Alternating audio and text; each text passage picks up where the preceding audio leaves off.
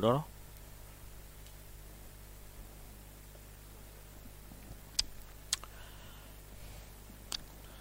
بسم اللہ الرحمن الرحیم.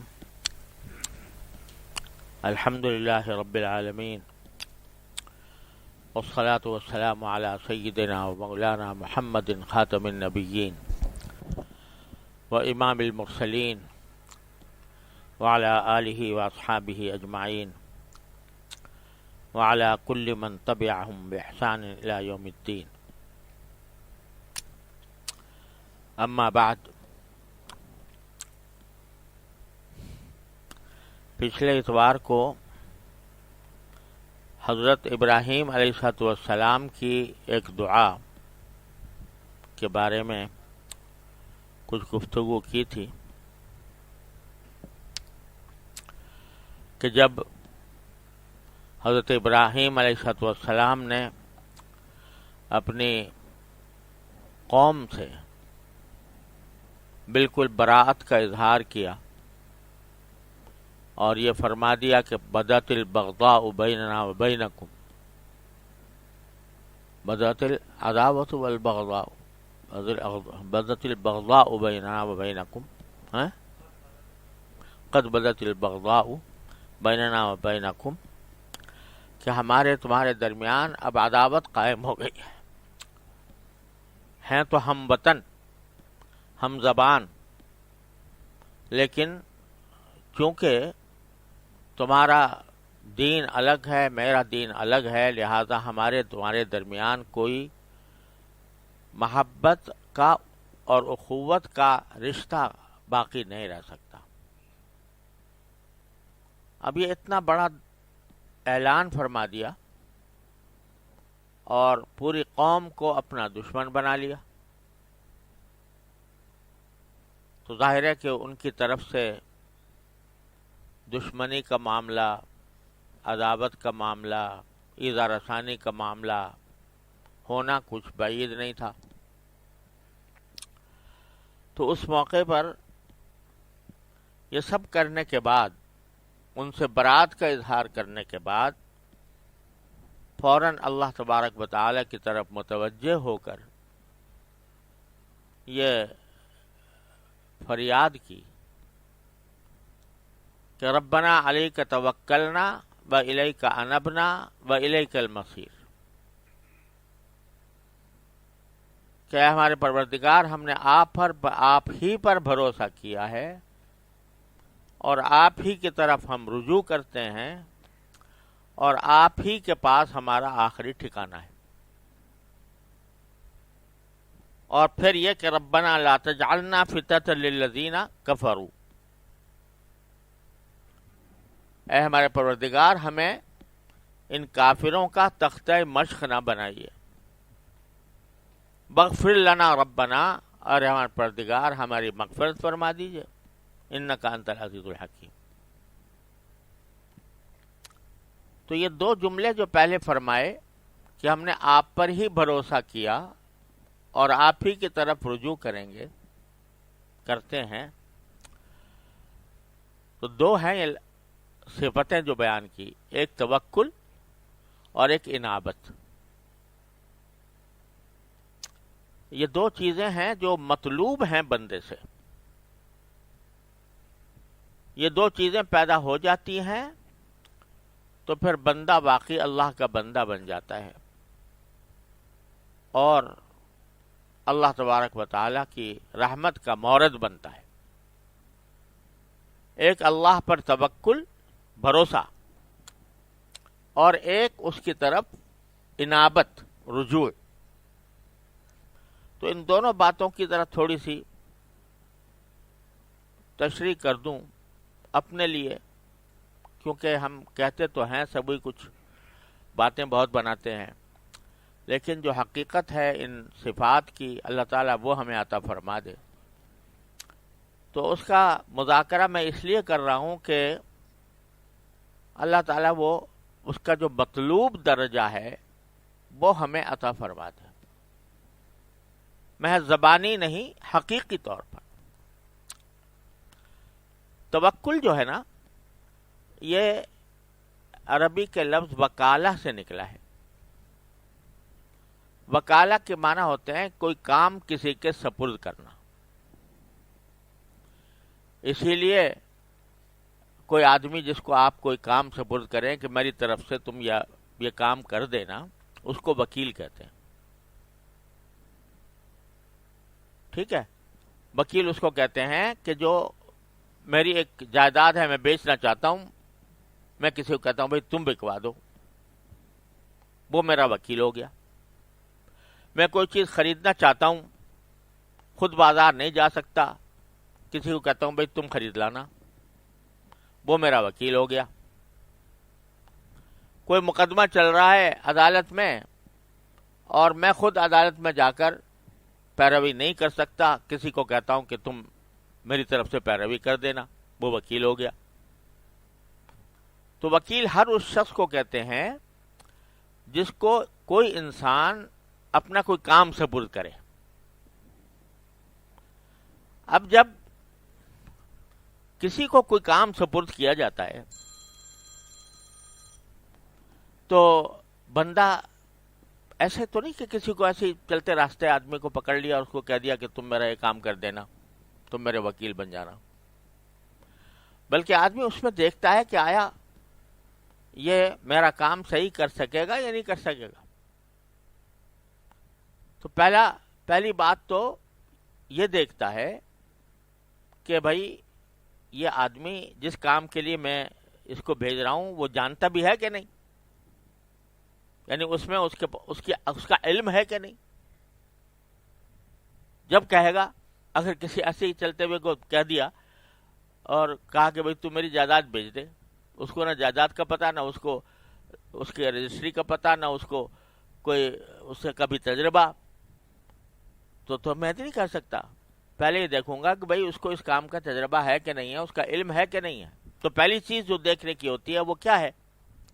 اس کام کا علم، وہ جانتا ہو اس کام کو. ایسے ہی کسی کو وکیل بنا دے دیں گے اپنے مقدمہ لڑنے کے لیے. پہلے دیکھیں گے وہ اس کی کیا کوالیفیکیشن ہے، کیا تجربہ ہے، علم ہے کہ نہیں ہے. پہلی چیز جو درکار ہوتی ہے کسی وکیل میں وہ کیا ہے؟ علم. دوسری قدرت،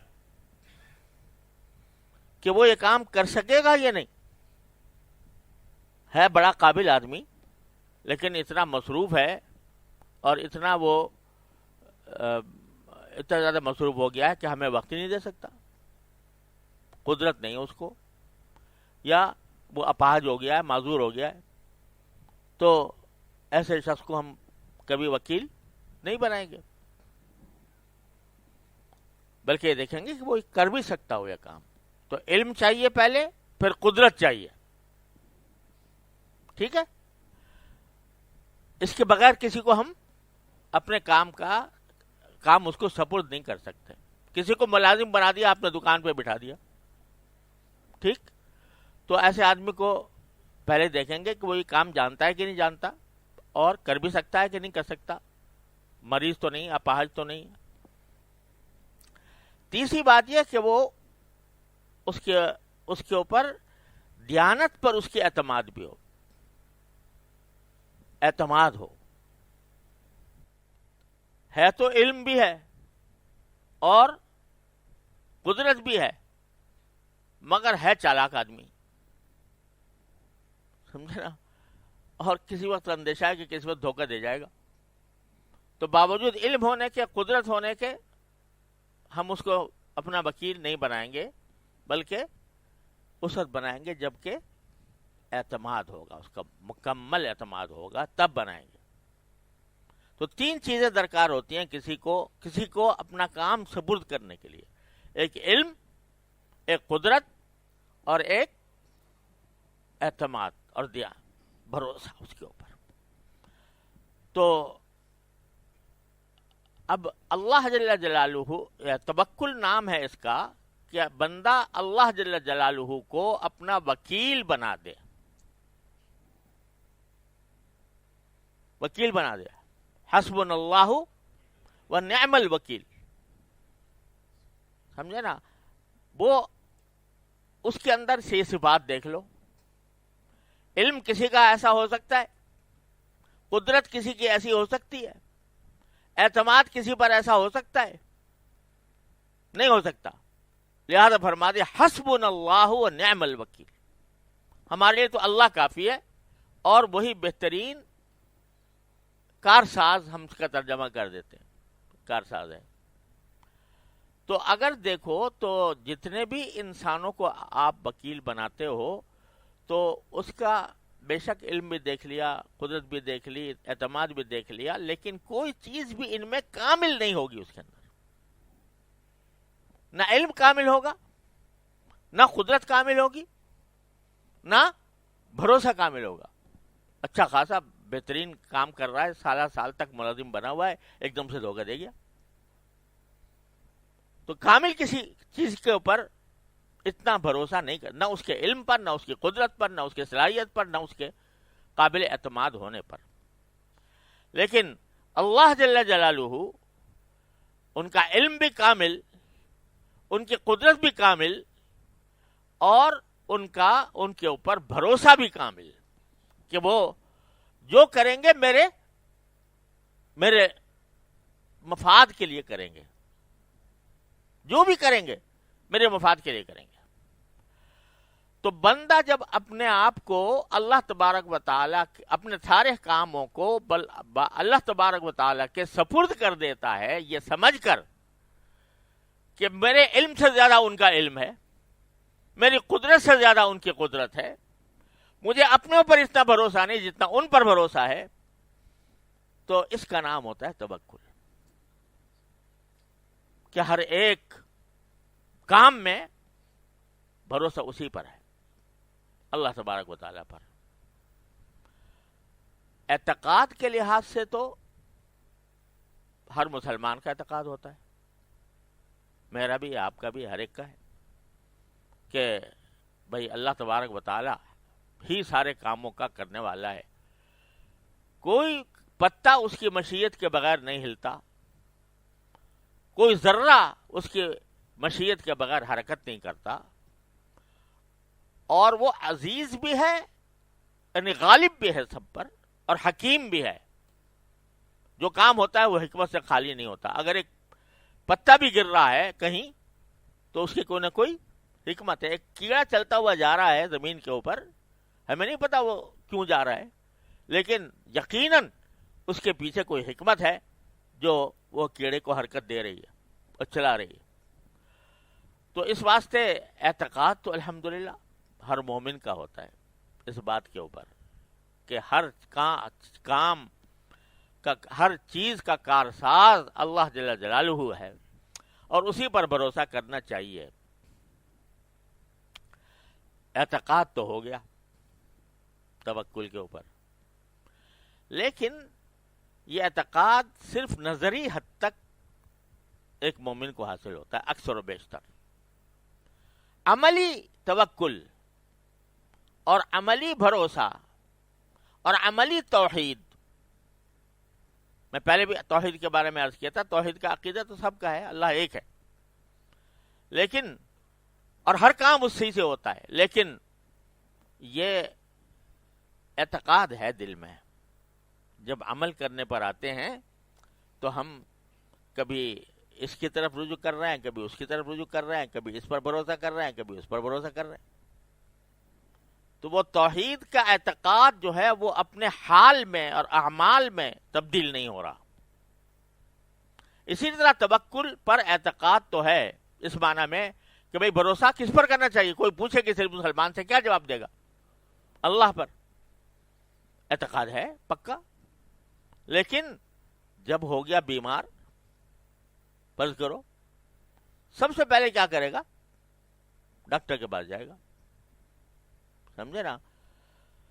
تو باوجود ہے کہ یہ اعتقاد ہے کہ یہ ان اسباب میں تاثیر کسی کی بس میں نہیں ہے، نہ کسی ڈاکٹر کے بس میں ہے، نہ کسی طبیب کے بس میں ہے، نہ کسی دواساز کے بس میں ہے. بس میں کس کے ہے؟ اللہ تعالی. اعتقاد تو ہے نا، لیکن جب عمل کرنے پر آئے تو سارا دھیان لگا ہوا ہے کس طرف؟ کبھی ڈاکٹر کی طرف، کبھی دوا کی طرف، کبھی جو ہے وہ علاج کی طرف، کبھی پرہیز کی طرف، کبھی جو ہے ایکسرسائز کی طرف، سمجھے، سارا دھیان اس پر لگا ہوا ہے. یہ بات کہ نہیں یہ تو سب کچھ کسی اور کے ہاتھ میں ہے، لہذا پہلے اس کو پکار لو، پہلے اس سے رشتہ جوڑ لو، پھر کر لینا اسباب کو بھی اختیار. یہ فرق ہوتا ہے کہ جو صرف اعتقادی توکل ہے اس میں اعتقاد ہے دل میں، یعنی دماغ میں بھی ہے، لیکن عمل میں جب عمل میں آتے ہیں تو سارا بھروسہ اسباب پہ ہو رہا ہے. سمجھے نا؟ تو یہ توکل اعتقادی ہے، عملی نہیں ہے. اور عملی توکل وہ ہے کہ جو آدمی فرض کرو علاج تو کرے، لیکن جب بیمار ہوا تو پہلے رجوع اللہ کی طرف. یا اللہ مجھے تکلیف ہو گئی، مجھے ٹھیک کر دیجیے. پہلے رجوع اللہ کی طرف، پھر ڈاکٹر کی طرف، پھر دوا کی طرف. ترتیب کا فرق ہے، سمجھے نا؟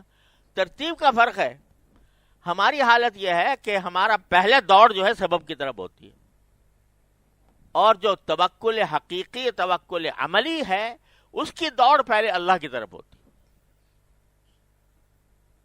کیا فرمایا کہ جوتے کا تسمہ ٹوٹ جائے تو اللہ سے مانگو.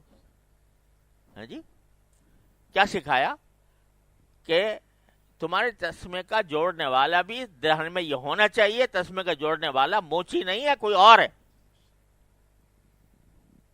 پہلے اس کو پکارو، پہلے اس کی طرف رجوع کرو، پھر ڈھونڈنا کوئی سبب.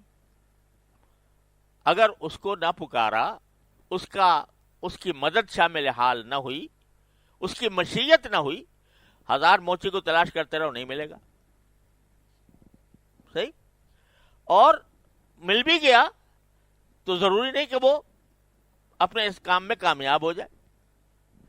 جب تک ان کا حکم نہیں ہوگا، جب ان تک ان کی مشیت نہیں ہوگی، کوئی سبب کارآمد نہیں ہو سکتا. لہذا پہلے ان کو دیکھو، پہلے اس کو دیکھو، پھر جو ہے بے شک سبب اختیار کرنے کا اختیار ہمیں دیا گیا ہے اللہ نے، تو پہلے اس کو دیکھو. مگر تو جو حقیقی متوکل ہوتے ہیں وہ در حقیقت اسباب کو تو وہ بھی اختیار کرتے ہیں، اور اسباب کو اختیار کرنے کا حکم دیا ہے رسول کریم صلی اللہ علیہ وسلم نے. لیکن وہ اس لیے اختیار کرتے ہیں کہ یہ سنت ہے. سمجھے نا؟ یہ نبی کریم صلی اللہ علیہ وسلم کی سنت ہے. یہ آپ نے ہمیں اسباب اختیار کرنے کا حکم دیا ہے، اس لیے کر رہا ہوں، ورنہ میں جانتا ہوں اس میں کوئی حقیقت نہیں رکھی،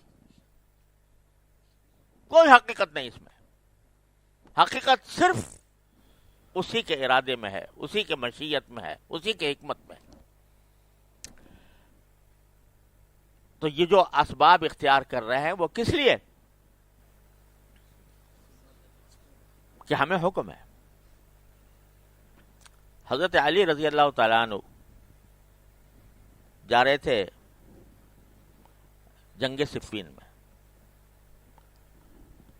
اور جب جانے لگے تو کسی ساتھی نے پوچھا کہ حضرت علی صاحب کشف بھی تھے نا، تو پوچھا کہ حضرت جا تو رہے ہیں آپ، فتح ہوگی؟ کہا کہ نہیں ہوگی، نہیں ہوگی. پھر جا کیوں رہے ہیں؟ حکم ہے.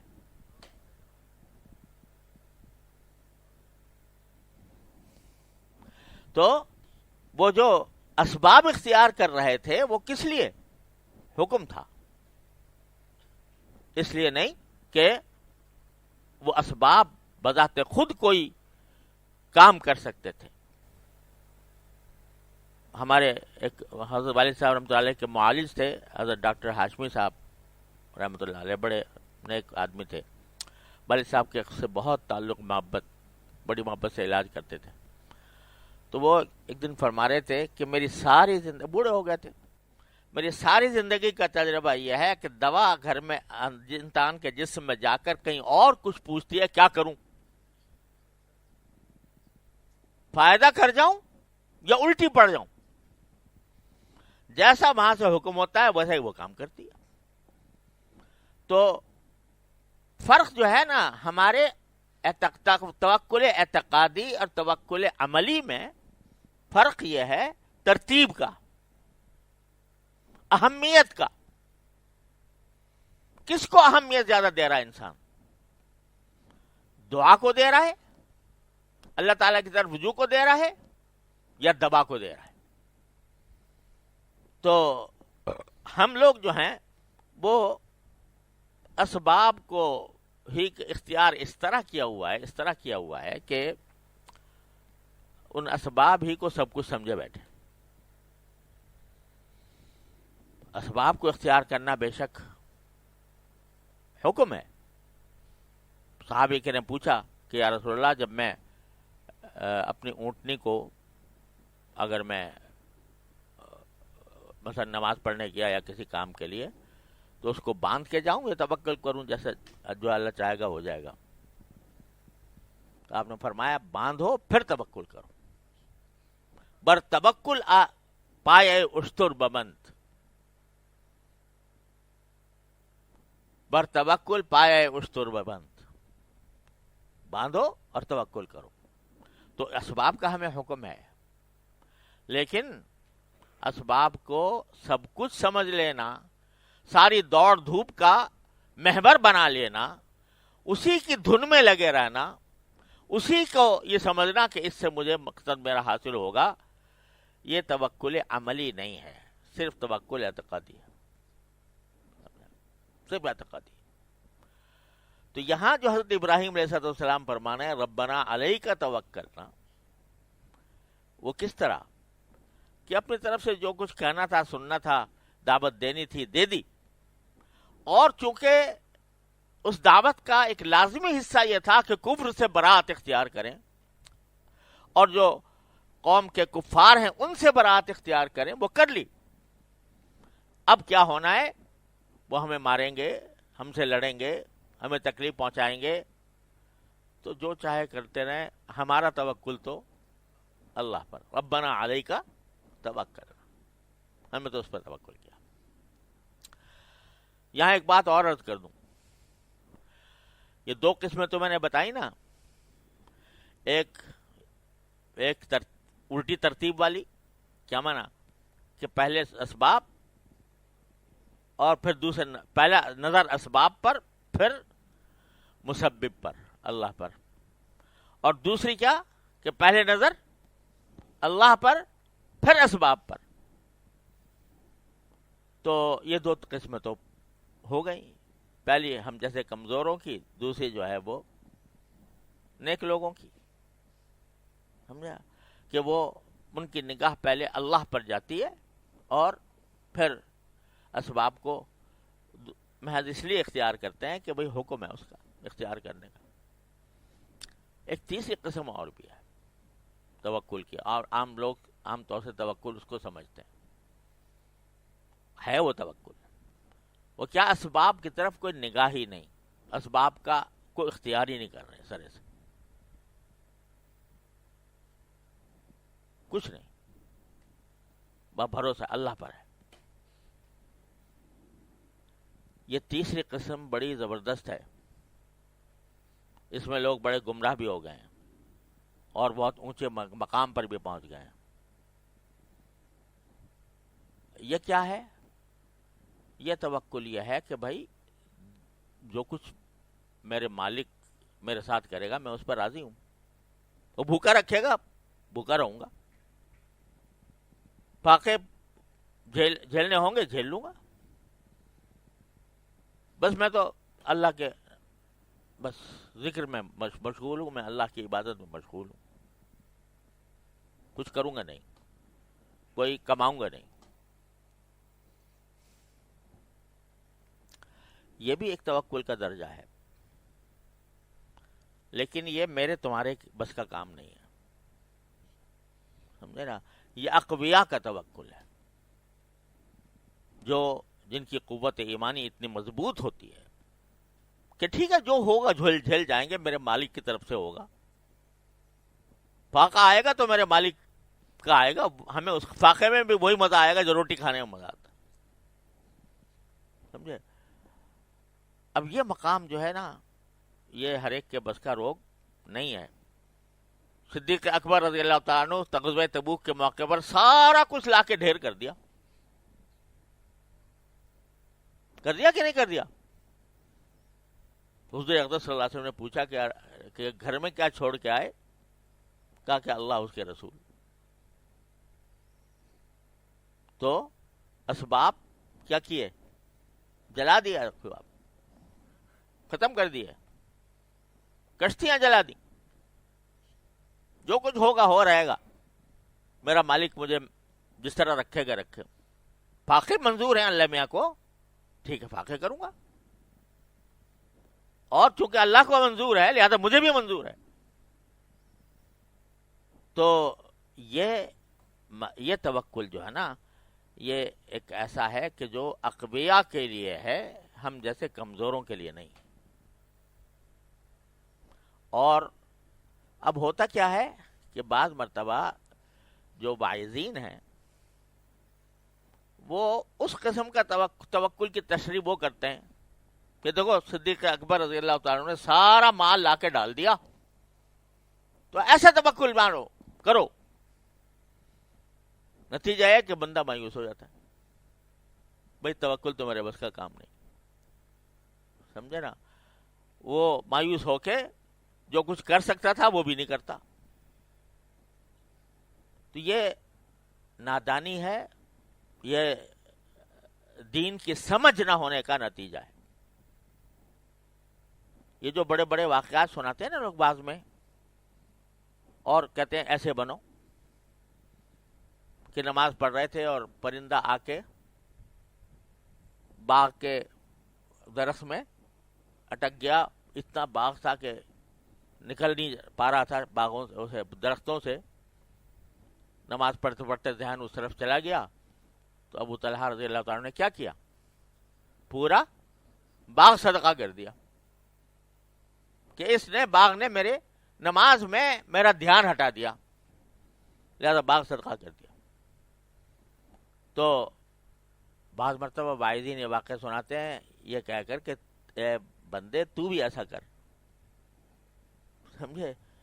اب وہ جب اس کو یہ کہہ دیا، اس نے کہا جی مسلمان بننا تو اس کے بغیر ممکن نہیں ہے، جب تک کہ صدیق اکبر والا معاملہ نہ کروں یا اپنے باغوں کا، اپنی ساری جائیداد کا صدقہ، جو جائیداد میرے دل میں دماغ میں بس بسا آ جائے اس کا نماز کے اندر، وہ ساری صدقہ ہی کروں، اس کے بغیر مومن نہیں ہو سکتا، سمجھے؟ تو کیا ہوگا اس کا نتیجہ بھائی؟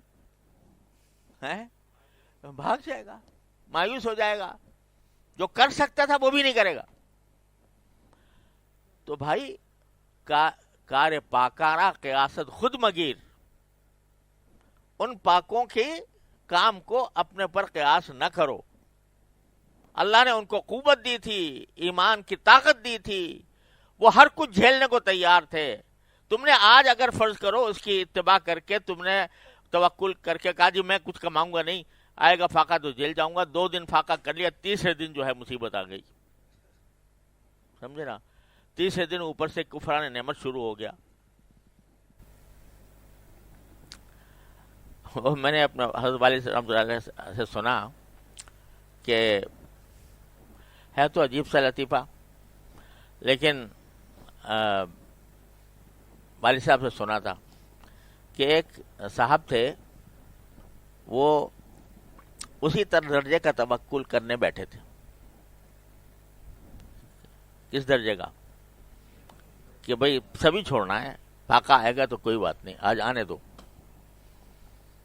اب 3-4 دن جب گزر گئے تو اس کے بعد حالت غیر ہو گئی۔ تو اللہ تبارک و تعالیٰ نے کہیں کسی کو دل میں ڈال دیا، وہ ان کے لیے کھانا لے کے پہنچ گئے۔ خیر کھانا کھایا، اور جب کھا لیا تو تھوڑا سا بچ گیا تھا، تو دل میں آیا کہ رکھ لوں یہ کل کے لیے یا شام کے لیے رکھ لوں. پھر خیر دل میں آیا کہ جب اللہ نے یہ بھیجا تو پھر بھیج دے گا اللہ تعالیٰ، پھر رکھ دیا اس کو. تو وہاں ایک مجذوب پڑا رہتا تھا باہر، ان کے خانقاہ کے باہر مجذوب تھا ویسے ہی. تو جب رکھ دیا تو وہ اٹھا، اٹھ کے کہنے لگا خوب سمجھا بے سالے.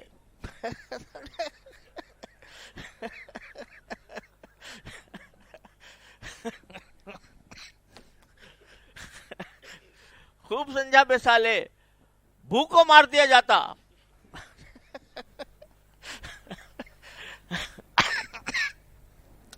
یعنی اگر تو نے بچا کے رکھ لیا ہوتا اس وقت تو پھر تجھے بھوک کو مار دیا جاتا.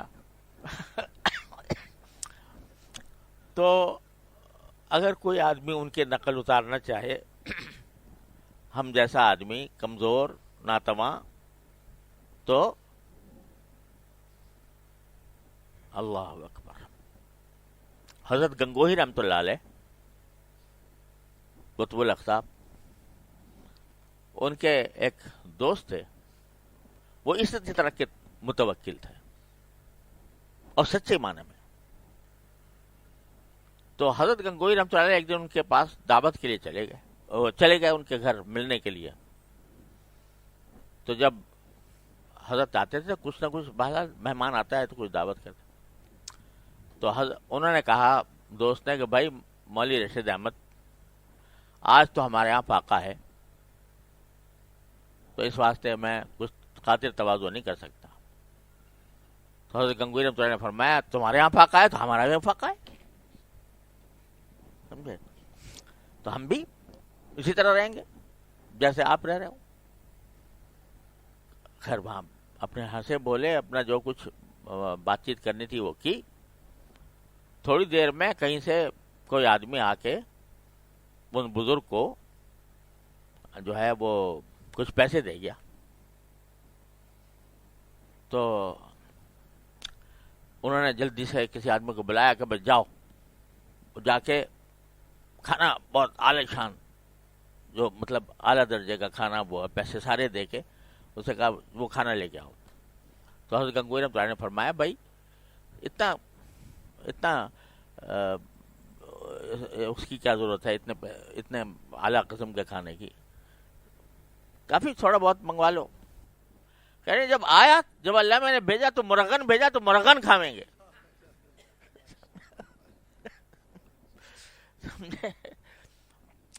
تو یہ بھائی ان لوگوں کی باتیں ہیں، یہ جو رواجوں میں سنا کر لوگوں کو خدا کے لیے مایوس نہ کیا کرو.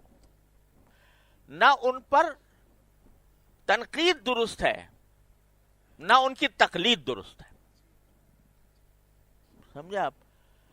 وہ صاحب حال لوگ ہیں اور کسی حال میں ہیں، اللہ تعالیٰ نے ان کو اس حال میں رکھا ہے، تو نہ ان پر کوئی کہے بھائی حضور تو فرما رہے ہیں کہ اونٹنی باندھو پہلے اور پھر توکل کرو، آپ نے تو ایسے ہی ہاتھ پہ ہاتھ رکھ کے بیٹھ گئے. تو یہ تنقید بھی نہ کرو اور تقلید بھی نہ کرو کمزور ہو کے، کیونکہ مارے جاؤ گے آگے جا کے. اور تنقید اس لیے نہ کرو کہ صحابہ کی سنت ہے، سمجھے نا؟ صحابہ کی سنت ہے، نبی کریم سرورت عالم صلی اللہ علیہ وسلم کی سنت ہے. کیوں کہ فرما رہے احد پہاڑ بھی سونا بن کے مجھے دے دیا جائے تو اس میں سے کچھ باقی نہیں چھوڑوں گا سوائے 3 دینار کے، جو صرف اس لیے رکھوں گا کہ کوئی قرضہ آ گیا تو اس کو ادا کر سکوں. تو حضرت ابو ذر غفاری کیا کرتے تھے؟ حضرت ابو ذر غفاری جو تھے وہ اسی قسم کے توکل کی دعوت دیتے تھے لوگوں کو. اور کہتے جن کے پاس 3 دینار سے زیادہ ہے سب حرام کھا رہے ہیں. تو اسی پر حضرت عثمان غنی سے حضرت معاویہ سے ان کا اختلاف ہوا، لیکن وہ صاحب حال تھے حضرت ابو ذر غفاری رضی اللہ عنہ. نہ وہ قابل تنقید، نہ یہ قابل تنقید. لیکن بہرحال ارے بھائی وہ کہاں ہم کہاں، لیکن یہ دوسرا درجہ تو حاصل کرنے اللہ تعالیٰ کرا دے کہ ہماری ترتیب الٹ جائے. ترتیب جو الٹی ہوئی ہے وہ سیدھی ہو جائے، کہ پہلے اللہ پھر اسباب، نہ کہ پہلے اسباب پھر اللہ. یہ اللہ تعالیٰ ہمیں عطا فرما دے تو ہمارے لیے بس یہی غنیمت ہے، یہی بہت بڑی چیز ہے کہ ذہن پہلے اللہ تعالیٰ کی طرف جائے، اللہ تعالیٰ سے دعا کی طرف جائے. تو یہ ہے توکل. تو ربنا علیک توکلنا، اے اللہ ہم نے، اے پروردگار ہم نے آپ پر بھروسہ کیا. کیا بھروسہ کیا؟ کہ بھئی جیسے بھی کیسے ہیں ہم نے برات کا اظہار کر دیا، کفر سے بھی، کفار سے بھی، اپنی قوم سے بھی الگ ہو گئے. اب آپ کی ذات پر بھروسہ ہے کہ آپ ہمیں جس حال میں رکھیں گے ہم اس پر راضی ہیں. تو یہ 3 چیزیں ہیں ایک دوسرے کے ساتھ متلازم ہوتی ہیں. جیسے صوفیاء کرام مقام توحید، مقام توکل اور رضا بالقضاء، اللہ تعالیٰ کے فیصلے پر راضی رہنا. یہ 3 چیزیں جب حاصل ہو جاتی ہیں تو پھر بندہ جو ہے وہ صحیح معنی میں موحد بھی ہوتا ہے، صحیح معنی میں متوکل بھی ہوتا ہے، اور صحیح معنی میں مفوض بھی ہوتا ہے. تفویض، اللہ تعالیٰ کے حوالے کر دیا اپنے آپ کو. پھر اللہ تعالیٰ اس کے ساتھ ہمیشہ رحمتی کا معاملہ فرماتے ہیں. تو بھائی ہم توکل کے اس اعلیٰ مقام سے تو جو ہے ہم اس قابل نہیں ہیں، اس کے اہل نہیں ہیں. لیکن کم از کم اتنا کر لیں کہ جب بھی کوئی صورتحال پیدا ہو تو پہلے رجوع اللہ تبارک و تعالیٰ کی طرف ہو، پھر اسباب. اسباب کیوں؟ حکم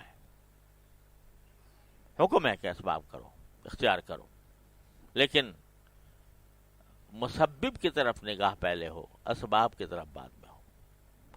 یہ چیز جو ہے نا، یہ مشق سے حاصل ہوتی ہے اور صحبت کے بغیر حاصل نہیں. کہہ تو دیا میں نے آپ سے، آپ نے سن لیا، میں نے بڑے بڑے اس کے حقیقت بھی اس کی بیان کر دی، لیکن یہ حال بنتا ہے، یعنی انسان کا حال بنتا ہے ہمیشہ کسی بزرگ کی صحبت سے جو توجہ دلاتا رہتا ہے وقتاً فوقتاً.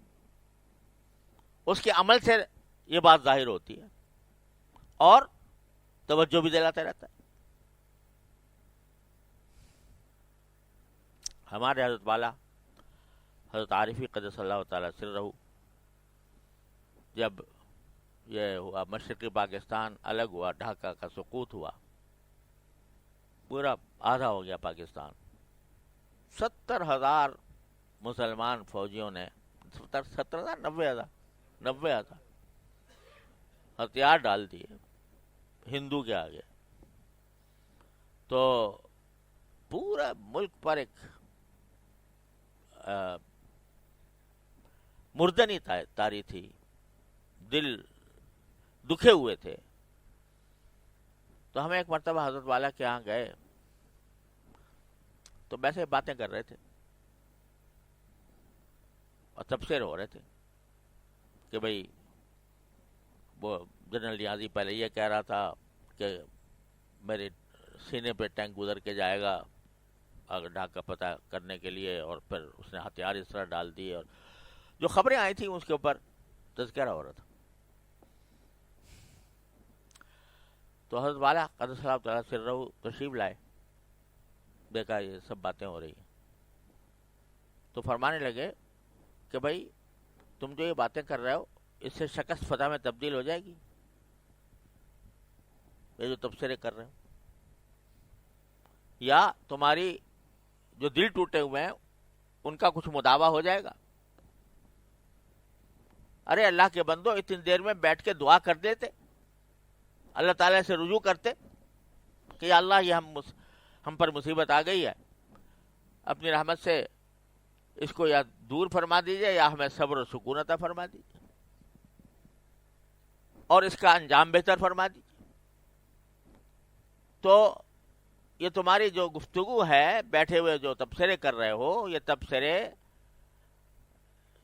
سوائے اضاعت وقت کے کچھ بھی نہیں،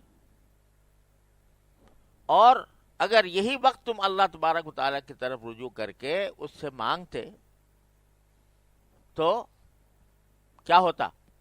اللہ تبارک و تعالیٰ یا تو اپنی مشیت کے مطابق کوئی صورت ایسی نکال دے کہ جو مسلمانوں کی کامیابی کی ہو، اور یا پھر کم از کم تمہیں رضا بالقضاء نصیب ہو جائے کہ جو فیصلہ ہے میرے مالک کا، بس چلو وہ میں راضی ہوں اس کے اوپر، یہ عطا ہو جائے اور ثواب الگ ملے، کیونکہ ہر دعا بذات خود عبادت ہے، ثواب ہے، چاہے دنیاوی مقصد کے لیے کی جا رہی ہو۔ تو بس بھائی سبق یہ ہے، اللہ تعالی ہمیں اس پر عمل کی توفیق عطا فرمائے کہ جب بھی کوئی واقعہ پیش آئے اور کوئی کام کرنا ہو تو پہلے اللہ تعالیٰ کی طرف ذہن جائے، پھر اسباب کی طرف جائے، اس لیے کہ ان کا حکم ہے۔ یہ بات اگر حاصل ہو جاتی ہے تو انشاءاللہ جو مقصود ہے توکل کا وہ حاصل ہو گیا۔ ترتیب بدلنی ہے، اور ترتیب بدلنے کے کا یہ عمل یہ بزرگوں کی صحبت سے حاصل ہوتا ہے۔ اللہ تعالی ہم سب کو عطا فرما دے۔ دوسرا جو جملہ فرمایا وَإِلَيْكَ أَنَبْنَا، اے ہمارے پروردگار ہم نے آپ پر بھروسہ کیا اور آپ ہی کی طرف رجوع کیا۔ اب اور کوئی لفظ ہے نہیں ہمارے پاس اردو میں ترجمہ کرنے کا، انبنا کا، انابت، ایک ہی ترجمہ کرتے ہیں کہ ہم نے آپ کی طرف رجوع کیا، لیکن حقیقت میں انابت جو ہے نا یہ بڑے گہرا لفظ ہے۔ اس کی تعریف یا اس کا صحیح معنی بیان ایک دو لفظوں میں شاید کرنا مشکل ہو۔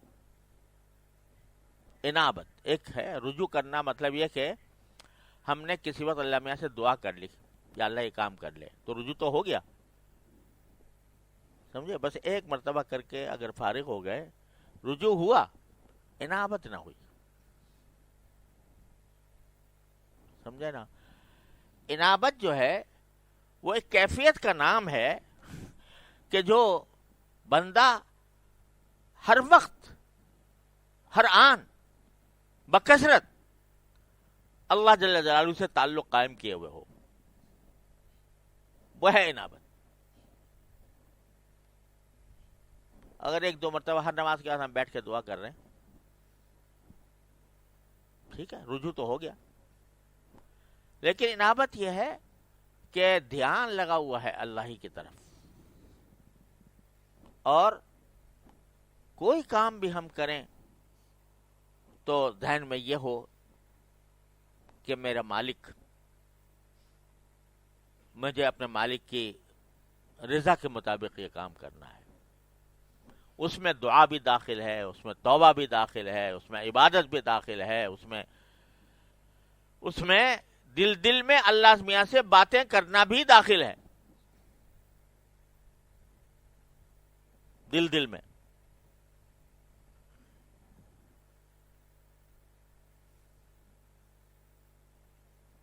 تو یہ ساری چیزوں کا مجموعہ ہے انابت۔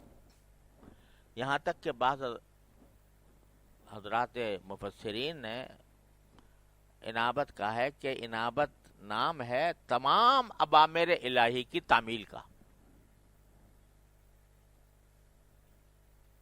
باری تعالیٰ نے جس جس چیز کا حکم دیا ہے اس کی تعمیل، جن چیزوں سے روکا ہے ان سے رکنا، یہ سب مل کر انابت بنتے.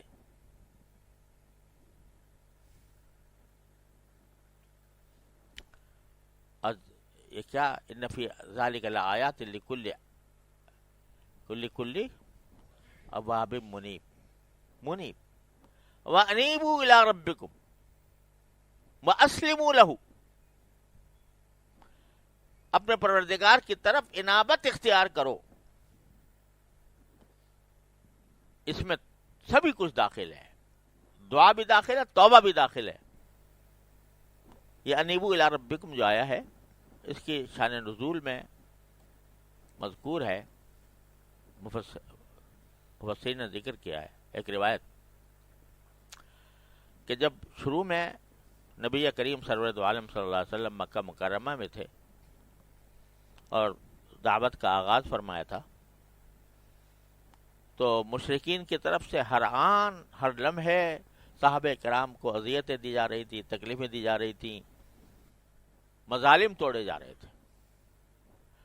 تو صحابہ کرام کی اکثریت تو وہ تھی جو الحمدللہ سارے امتحانوں سے گزر گئی اور ثابت قدم رہی. لیکن کچھ حضرات تھے جن سے برداشت نہ ہو سکا. بھائی آپ تصور کرو کہ عرب کی گرمی ہے، عرب کی گرمی جنہوں نے دیکھی ہے وہ جانتے ہیں. فجر کے وقت بھی آپ پتھر کے اوپر پاؤں نہیں رکھ سکتے 2 منٹ. اس میں دبتی ہوئی دھوپ میں ایک بندے کو ننگا لٹایا ہوا ہے، ننگے بدن، کوڑے اس پر برسائے جا رہے ہیں، پتھر اس کے اوپر رکھے جا رہے ہیں. تو انسانی تو ہے نا. بہت سے برداشت کر گئے، حضرت بلال رضی اللہ عنہ احد احد کہہ کے برداشت کر گئے. لیکن کچھ ایسے تھے کہ جن سے برداشت نہ ہو سکا. تو ایسے آزمائش میں برداشت نہ ہو سکا، انہوں نے کہا کہ چلو ہم چھوڑتے ہیں اسلام کو. یہ کہہ دیا. اب پتہ نہیں دل سے کہا یا زبان سے کہا، اللہ ہی جانے. بعد میں پھر اس تکلیف سے جب نجات مل گئی تو پھر پریشان ہوئے. تو اس پر یہ آیت نازل ہوئی، وَأَنِيبُوا إِلَىٰ رَبِّكُمْ وَأَسْلِمُوا لَهُ. اب اپنے پروردگار کی طرف رجوع کرو اور اس کے آگے اس کے فرما بردار بن جاؤ. تو اب وہاں جو انابت ہے وہ یہ کہ اس میں توبہ بھی ہے، ارتداد سے اسلام کی حقانیت کا اعتقاد بھی ہے، اور اسلام کے تمام احکام پر عمل کرنے کا ارادہ بھی ہے. یہ سب مل کر انابت ہے. وَأَنِيبُوا إِلَىٰ رَبِّكُمْ وَأَسْلِمُوا لَهُ. تو اتنا عام اور ہماگیر مفہوم ہے. اور یہ جو میں کہہ رہا ہوں نا کہ بعض صحابہ کرام کا اس طرح ہوا تھا، یہ اس مفسرین نے لکھا ہے، پتہ نہیں کس درجے کی روایت ہے. لیکن جب آدمی کسی اس طرح مصیبت میں گرفتار ہو تو بہت سے جو قوی ہوتے ہیں جسمانی طور پر بھی، قلبی طور پر بھی، تو ان کو تو اللہ تبارک و تعالیٰ استقامت ایسی عطا فرماتے ہیں کہ کچھ بھی گزر جائے، موج خوں سر سے گزر جائے، لیکن وہ ثابت قدم رہتے ہیں. اور کچھ ایسے ہوتے ہیں جو بیچارے کمزور ہوتے ہیں، جسمانی اعتبار سے بھی کمزور ہوتے ہیں، تو وہ اس درجے کی استقامت بعض اوقات نہیں دکھا پاتے. تو وہ اپنے رجوع کرتے ہیں اللہ تعالیٰ سے، یا اللہ میں کمزور ہوں، برداشت نہیں کر پا رہا. تو یہ بھی ان کی بھی کوئی ناقدری کرنا یا ان کے اوپر کوئی تان کرنا کہ یہ بزدل تھے یا معاذ اللہ یا کمزور ایمان والے تھے وغیرہ وغیرہ، یہ صحیح نہیں ہے. ایک طرف امام احمد ابن حنبل رحمۃ اللہ علیہ ہیں کہ حق کی خاطر کوڑے لگ رہے ہیں، اور کوڑے ایسے کہ مورخین نے لکھا ہے کہ وہ کوڑا ایسا تھا جو ایک کوڑا وہ اگر ہاتھی کے اوپر مار دیا جاتا تو ہاتھی بدک جاتا تھا. ایسے 17 کوڑے امام احمد رحمۃ اللہ نے برداشت کیے، لیکن حق سے ایک لفظ کوئی حق کے خلاف یا حق کوئی موہم لفظ بھی نہیں نکالا. امام احمد تھے. ایک علی ابن مدینی تھے رحمہ اللہ تعالی، امام بخاری کے استاد ہیں، بڑے درجے کے محدثین میں سے ہیں. اتنے بڑے محدث ہیں کہ خطیب بغدادی نے روایت نقل کی ہے کسی کی کہ میں نے ان کے درس میں 6000 دواتیں شمار کیں. دواتیں جو قلم لکھنے کے لیے دواتیں استعمال ہو رہی تھیں، 6000 دواتیں. جو ان کے سبق میں جاتا تھا تو رات سے پہلے وہ جگہ، رات صبح کو درس شروع ہوتا تھا تو رات سے لوگ جو ہیں وہ ان کے لائن میں لگتے تھے درس میں شامل ہونے کے لیے. اتنے بڑے محدث ہیں، امام بخاری کے استاد ہیں. تو انہوں نے کچھ ہیلا کر کے نا الفاظ لفظی بالقرآن مخلوق وغیرہ اس طرح کا لفظ جملہ ایسا کہہ دیا کہ جس سے وہ پکڑ میں نہ آئے، بالکل ناحق بھی نہ ہو، اور ساتھ میں کوئی مہم قسم کے الفاظ تھے. تو کسی نے ان سے کہا کہ جی امام احمد تو اتنے استقامت کے ساتھ کام لے رہے ہیں، آپ کہا کہ بھئی میں کمزور ہوں، میں کوڑوں کا تحمل نہیں کر سکتا. تو اس سے ان کی شان میں کوئی کمی نہیں آتی، فرق نہیں آتا. تو ہر ایک انسان کے اپنے قوا ہوتے ہیں، اپنے حالات ہوتے ہیں. کسی کو مطعون کرنا جبکہ اس کے عمومی حالات بہتر ہیں دین کے اعتبار سے، تو کسی کو اس ایسی باتوں کے اوپر مطعون کرنا یہ صحیح نہیں ہے. تو بہرحال انابت جو ہے وہ صرف ایک آدھ مرتبہ دعا کرنے سے نہیں ہوتی ہے، بلکہ دعا کرتا رہے، تعلق جوڑے رکھے، چاہے دل دل ہی میں ہو.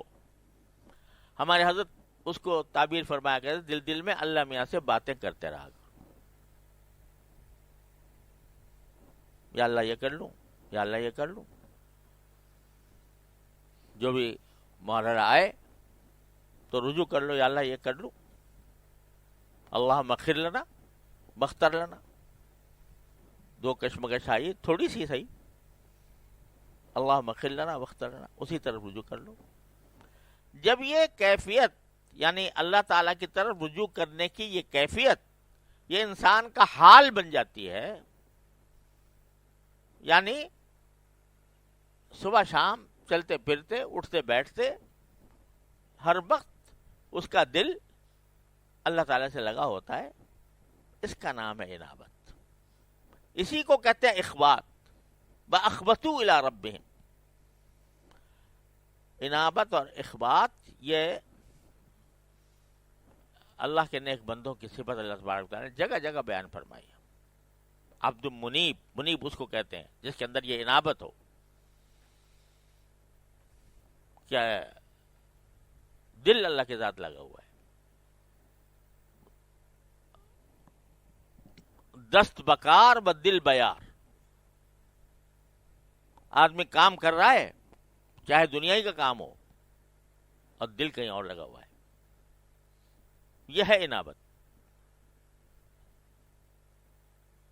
حضرت والد صاحب قدس اللہ تعالیٰ سرہ نے ایک مرتبہ حضرت حکیم الامت قدس اللہ تعالیٰ سرہ کو ایک خط میں لکھا کہ حضرت کیفیت کچھ ایسی ہو گئی ہے کہ جہاں بھی کہیں ہوں، جس طرح قطب نما کی سوئی ہمیشہ شمال کی طرف رہتی ہے، اس کو کتنا ہی گھما لو، کچھ کر لو، وہ شمال کی طرف رہے گی، تو میری دل کی سوئی جو ہے وہ آپ کی طرف رہتی ہے. اور آپ کی طرف رہنے کا کیا معنی؟ جس ذات کا وہ تذکرہ کرتے ہیں، جس ذات کی طرف کی محبت کے لیے دعوت دیتے ہیں، جس کی تربیت فرماتے ہیں، اصل تو اس کی طرف ہے. تو یہ بڑی عجیب مثال دی والد صاحب نے کہ جیسے قطب نما کی سوئی شمال کی طرف رہتی ہے ہمیشہ، اس طرح بندے کی سوئی اپنے اللہ کی طرف رہے. اس کو کہتے ہیں انابت. اور یہ انابت بھی تعریف تو کر دی ہم نے، تعریف بھی سے پتہ نہیں جامع ہوئی، مانے ہوئی، نہیں ہوئی، اللہ ہی جانے. لیکن یہ حال بنتی ہے صحبت سے، منیبین کی جو صحبت ہے. واتبع سبیل من اناب الی، ان کی اتباع کرو جو میری طرف انابت رکھتے ہیں. واتبع سبیل من اناب الی، ان کی اتباع کرو. اتباع کیسے ہوگی؟ ساتھ رہنے سے، صحبت سے. جب ان کے قول و فعل کو دیکھے گا، ان کے انداز کو دیکھے گا، وہ توجہ بھی دلاتے رہیں گے، تو پھر وہ انابت کی صفت منتقل ہوگی. اس لیے فرمایا واتبع سبیل من اناب الی. وَإِن جَاهَدَاكَ عَلَىٰ أَن تُشْرِكَ بِي مَا لَيْسَ بِهِ عِلْمٌ فَلَا تُطِعْهُمَا وَاتَّبِعْ سَبِيلَ مَنْ أَنَابَ إِلَيَّ. والدین اگر تمہیں جو ہے معصیت کی طرف بلا رہے ہوں، یا اللہ بچائے کفر کی طرف بلا رہے ہوں، تو اطاعت نہ کرنا ان کی، والدین کی. اگرچہ پہلے ایک فرما دیا کہ دنیا میں ان کے ساتھ نیکی سے پیش آنا باوجود کافر ہونے کے، لیکن ان کی غلط کام میں، معصیت میں اطاعت نہ کرنا، اور اتباع کرنا اس شخص کے راستے کی جس نے میری طرف انابت اختیار کی ہوئی ہے. واتبع سبیل من اناب الی. تو اس میں بتا دیا کہ انابت کیسے پیدا ہوتی ہے. اس طرح پیدا ہوتی ہے کہ جن کا دل میں انابت ہو، ان کے ساتھ رہو، ان کے ساتھ اٹھو بیٹھو، ان کی باتیں سنو. یہ سب صحبت کے ذریعے پھر یہ چیز منتقل ہوتی ہے. تو ہم جو کسی شیخ کے پاس جاتے ہیں تو وہ کس لیے جاتے ہیں؟ اسی لیے جاتے ہیں کہ اگر اللہ تبارک و تعالیٰ نے اس کے قلب کو منیب بنایا ہے، انابت کرنے والا بنایا ہے، تو ہم اس کی صحبت میں رہ کر اللہ تعالیٰ وہ صفت بھی ہمارے اندر منتقل کرتے ہیں. یہ فوائد ہیں صحبت کے. اگر ہم تقریر کرنا چاہیں انابت کے اوپر، علمی طور پر، نظری طور پر، تو دریا بہا دیں. لیکن وہ جو حضرت مولانا قاسم نانوتوی رحمۃ اللہ علیہ سے کسی نے پوچھا کہ حضرت آپ حاجی امداد اللہ صاحب مہاجر مکی کے پاس چلے گئے، جو پورے ضابطے کے عالم بھی نہیں، آپ کہاں کے اتنا بڑا آپ کے علم کے پہاڑ، اور ایک غیر عالم کے پاس چلے گئے.